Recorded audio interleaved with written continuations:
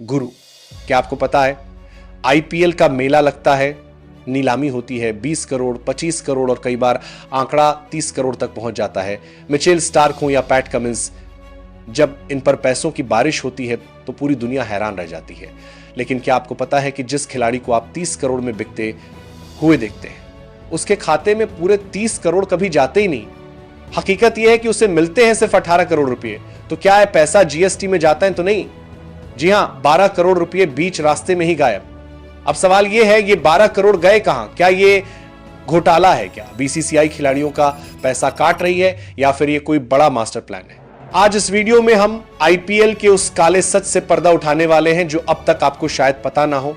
पहले क्या होता था, खिलाड़ी जितने में बिकता था उतना ही पैसा उसे मिलता था, लेकिन अब खेल बदल चुका है। बीसीसीआई लेकर आई है एक नया नियम, विदेशी खिलाड़ियों पर वेतन सीमा पे स्केल। इसका मतलब बिल्कुल सीधा है। मान लीजिए नीलामी में सबसे महंगे भारतीय अपराधी हैं खिलाड़ी, जैसे ऋषभ पंत या श्रेयस अय्यर 18 करोड़ में बिके, तो अब कोई भी विदेशी खिलाड़ी 18 करोड़ से ज्यादा सैलरी नहीं ले सकता। अब आप पूछेंगे, जब बोली 30 करोड़ की लगी तो सैलरी 18 करोड़ कैसे? यही तो खेल है नीलामी में। बोली 30 करोड़ तक जाएगी, फ्रेंचाइजी 30 करोड़ खर्च भी करेगी, लेकिन खिलाड़ी को मिलेगा सिर्फ वही रकम जो सबसे महंगे भारतीय खिलाड़ी को मिली हो, यानी 18 करोड़ रुपए। पूरा गणित समझिए। अब आपका दिमाग घूम रहा होगा, अगर खिलाड़ी को 18 करोड़ मिले तो बाकी के 12 करोड़ कहां गए? क्या फ्रेंचाइजी ने बचा लिए?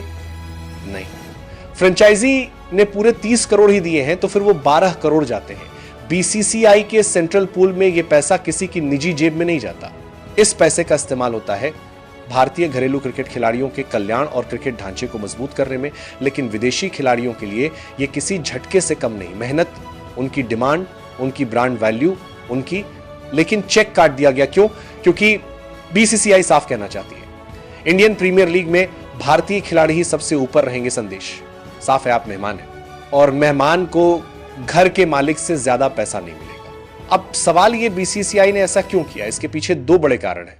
मिनी नीलामी की लूट रोकने के लिए। मिनी नीलामी में डिमांड ज्यादा होती है और खिलाड़ी कम, नतीजा औसत विदेशी खिलाड़ी भी 20 से 25 करोड़ ले जाते थे, जबकि विराट कोहली और रोहित शर्मा जैसे दिग्गज कम सैलरी में खेलते थे। ये डिफरेंस टीम के अंदर जलन और असंतोष पैदा करता था। कमिटमेंट की समस्या, कई विदेशी खिलाड़ी सिर्फ मोटी रकम के लिए आते थे और अगले साल नाम वापस ले लेते थे।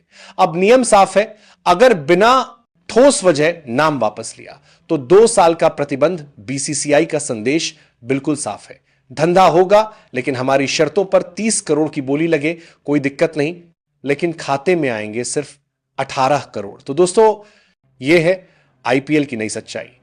एक तरफ भारतीय खिलाड़ियों की गरिमा बचाने की कोशिश, दूसरी तरफ विदेशी खिलाड़ियों की कमाई पर सीधी चोट। अब सवाल आपसे है, क्या बीसीसीआई का यह फैसला सही है?